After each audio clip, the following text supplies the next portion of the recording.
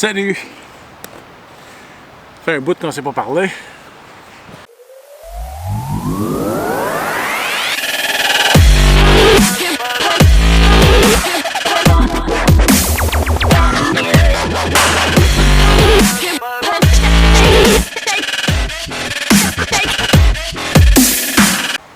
Salut tout le monde! Ça fait un bail qu'on ne s'est pas parlé.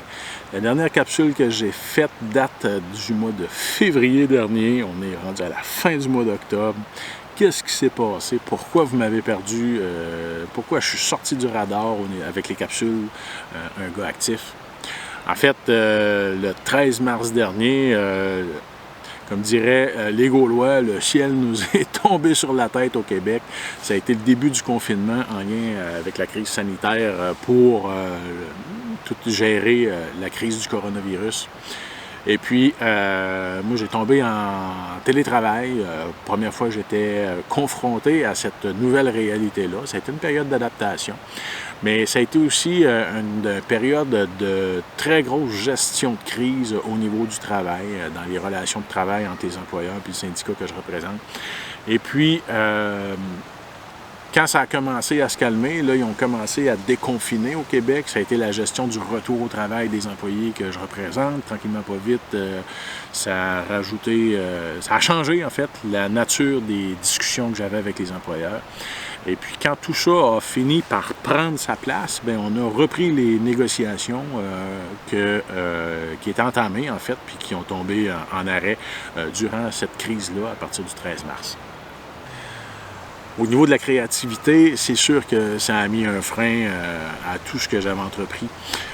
L'idée de partir avec la caméra, de faire le montage, alors que j'étais débordé au niveau du travail et puis que simplement sortir pour m'activer était mon exutoire, c'était ma soupape de pression. Je le prenais comme une sortie de délivrance et je n'arrivais pas à me mettre cette tâche-là supplémentaire de gérer la création des capsules. Là, on est rendu à la fin du mois d'octobre. J'ai recommencé à sortir caméra, équipement vidéo. J'ai en fait réalisé un projet avec le Club Rabasca, dont je suis membre pour les descentes de rivière ici à Québec.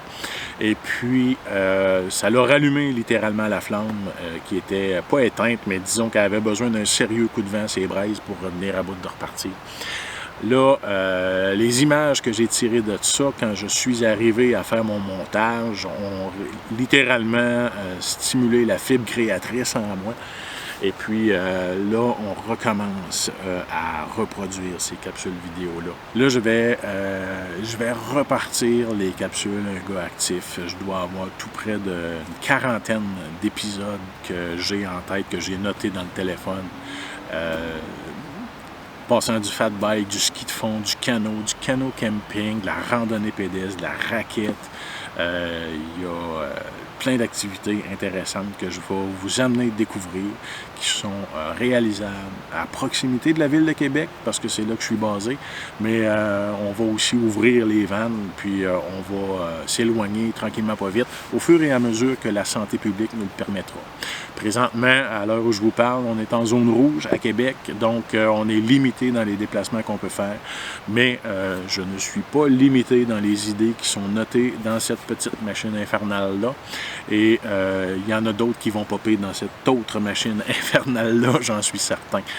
On va se déplacer et on va se bouger avec ces capsules-là, Un gars actif.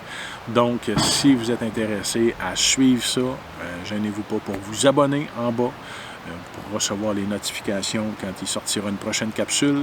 Et je vous promets que ça ne prendra pas plusieurs mois avant que la prochaine soit montée et préparée.